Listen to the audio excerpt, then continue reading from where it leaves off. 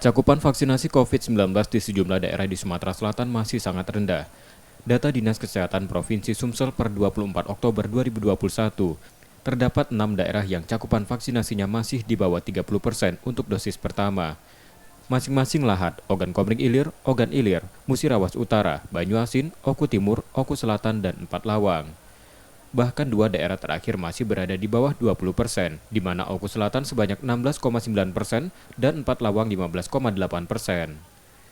Dinas Kesehatan Sumsel tengah memastikan penyebab masih rendahnya angka cakupan vaksinasi di sejumlah daerah. Kemungkinan penyebabnya antara lain masih sedikitnya vaksin yang diterima, atau kendala pada penginputan data sehingga terjadi perbedaan laporan pada aplikasi dan data sebenarnya. Untuk beberapa daerah itu memang cukup tinggi, tetapi ada yang masih rendah yang perlu dioptimalkan. Ada 2 kabupaten yang masih sekitar 15-16%. Nah, ini harus menjadi perhatian kita secara khusus. Apa penyebabnya?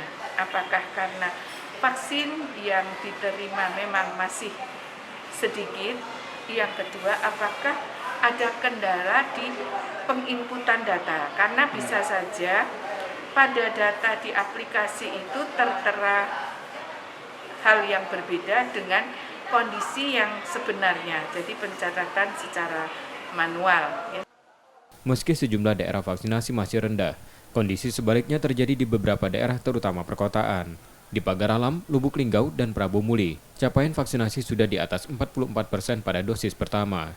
Bahkan di Kota Palembang, vaksinasi dosis pertama sudah mencapai 61,8%. Pada tingkat provinsi, rata-rata capaian vaksinasi baru mencapai 35,9%. M. Rizky Nurmizan, Kompas TV, Palembang, Sumatera Selatan.